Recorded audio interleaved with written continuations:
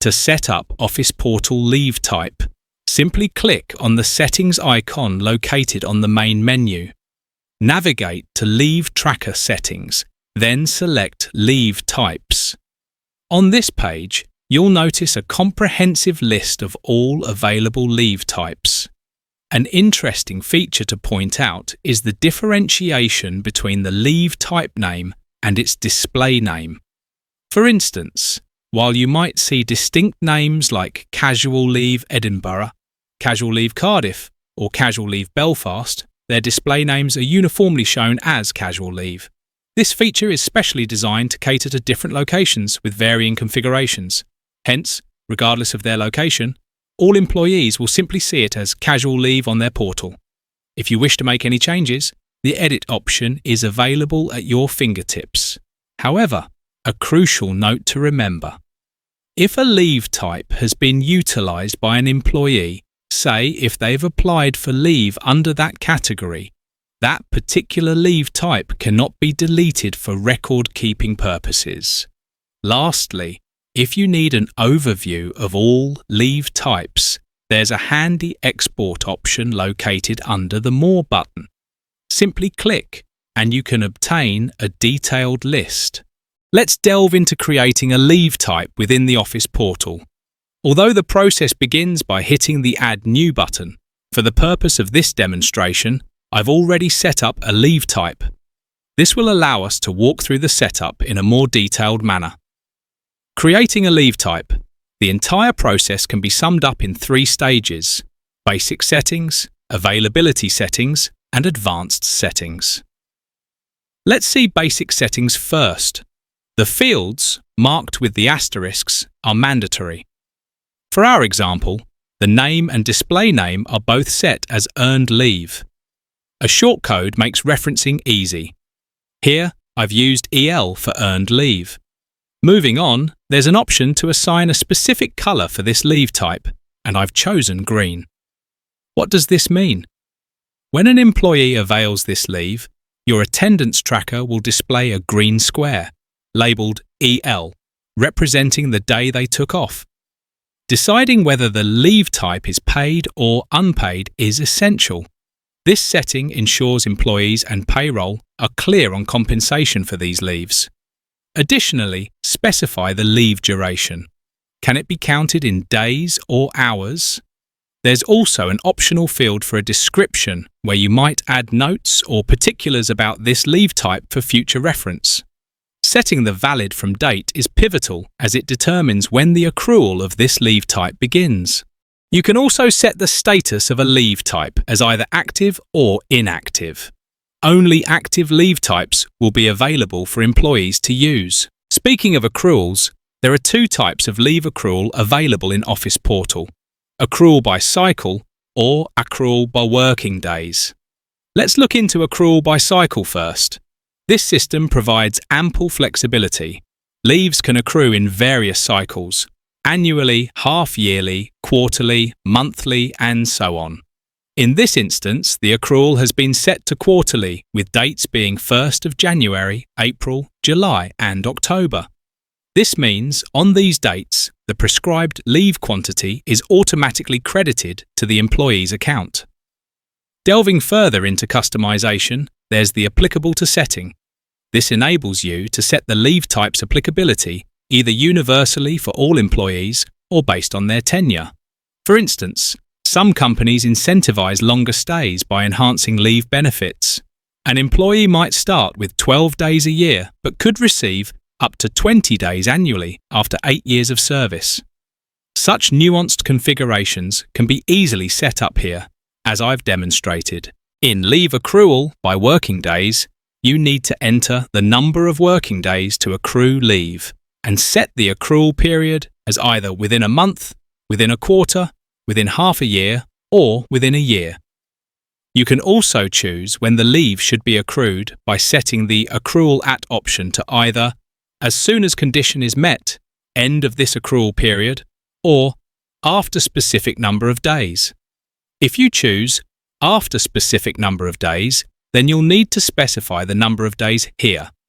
For example, I've entered the number of working days to accrue as 22, the accrual period as within the month, accrual at as after specific number of days, and the specific number of days as 2. This means once the employee completes 22 working days without taking any leave within a month, after 2 additional days, they will earn earned leave based on number of days specified. You can also customize the applicable to settings to define who is eligible for this leave, either all employees or based on their experience. According to the applicable to settings here, after 2 years of experience, 1 leave will be accrued on the 3rd day from the date of completing 22 working days within a month to the eligible employees. In this way, you can customize the leave accrual type in OfficePortal based on your organizational requirements while setting up the leave types. The next part is prorate accrual. This option is only applicable if the accrual type is set as by cycle. The prorate accrual feature is especially helpful for employees who join mid-year. When this is enabled, leave accrual is adjusted based on the employee's joining date or the start date of the specific leave type. Here's an example. Let's say an employee joins on the 17th January. If they're eligible for 2 days of leave per month, and you've set a 50% prorate for the period between the 16th and 31st, then the employee will accrue only 1 day of leave for that month. Next up is the carry forward setting. Define how many of the unused leaves from the current year can be carried forward to the next. If you allow for a maximum of 5 days and an employee has 10 unused days, only 5 will roll over. Additionally, a time frame for using these carried over leaves can be set, say, 90 days. After this, they will expire. OfficePortal manages this seamlessly, ensuring no manual tracking is needed. Turning our attention to leave encashment. When enabled, this lets employees monetize unused leaves. Decide the basis for this payout. It could be the full salary or just the basic. Further, define the maximum number of days employees can encash. It can be all the remaining days or a specified number of days. Once an employee makes a leave encashment request and it's approved, OfficePortal's payroll system ensures they receive the appropriate amount directly. Having covered the basics, let's move on to availability settings. Clicking on the Save button, as you can see, secures all the configurations.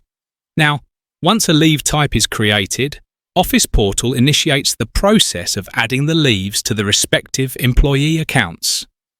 However, bear in mind that this might take some time to reflect across all accounts. As we move forward from the basic settings, let's delve into the availability settings. By default, the system ensures inclusivity by making the leave type accessible to all employees from all departments, every office location, all genders, every marital status and each role. But of course, customization is key. But sometimes you might want to make exceptions. For example, if you're setting up maternity leave, it's common sense that it won't apply to the male employees. It's here you could select Accept Male and Others. Once you have made your choices, we will save them and proceed to a more detailed setup in the advanced settings. This is where the magic happens, and you get to customize exactly how this leave type behaves. Just answer the following questions. The first question is, what are the leave types that cannot be clubbed with this leave type? This lets you decide if certain leave types should not be used in tandem. If you pick sick leave here, then employees cannot apply for this leave type immediately after taking sick leave. Next, how do you want to allow the employee to take leaves after exhausting leave balances? Options here include Do Not Allow. This is a simple no. Allow with negative balance. This lets the employee take leaves even with an empty balance, leading to a negative figure. However, the next leave accrual cycle could potentially offset this. The third option is Allow with loss of pay. This is like saying, sure, you can take a day off, but we won't pay you for it. The next question is, how many consecutive days leave is allowed? Say you have a rule that no one can take more than 10 days off in a row. This is where you set that rule. The default value is 0, meaning no restrictions. The next question is, allow half-day leave. Do you want to allow employees to take just half the day off? Maybe they have a doctor's appointment or a school event for their child. Choose here. Next, allow the employee to apply for leaves they took in the past.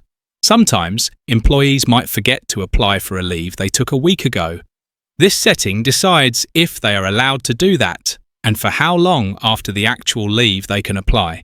Set 0 to apply no restriction. Please note that if this month's pay run is already completed, employees won't be allowed to apply for past leave, even if it falls within the permitted timeframe. Next question is, do you want holidays to count as leaves if they're in the middle of an employee's leave period? Let's say an employee takes leave from Monday to Wednesday and Tuesday is a public holiday. Should Tuesday count as a leave? Decide here. The next question is, do you want to count weekends as leaves when they fall between other leave days? For instance, if an employee takes leave on both Friday and the following Monday, should the intervening weekend, Saturday and Sunday, be considered as leave days as well? Make your decision here. Next question is, how many days in advance should the leave be applied for? This ensures you get enough notice before an employee takes a leave. If you want a 7-day notice, set that here. Set 0 for no restriction. And the next question is, do employees need to show any proof or reason for their leave? For extended sick leaves, maybe you want a doctor's note. Here's where you'd ask for it and specify the length of leave that requires such documentation. The next question is, during notice period, is the employee allowed to take this leave? Decide the accessibility of this leave type for employees serving their notice period.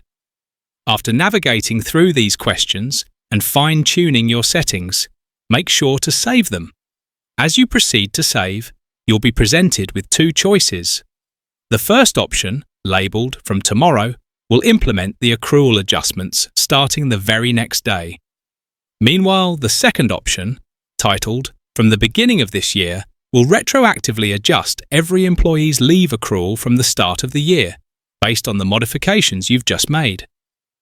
Once set, OfficePortal will begin the process of applying these settings for your employees. That's it. Leave type setup in OfficePortal is simple.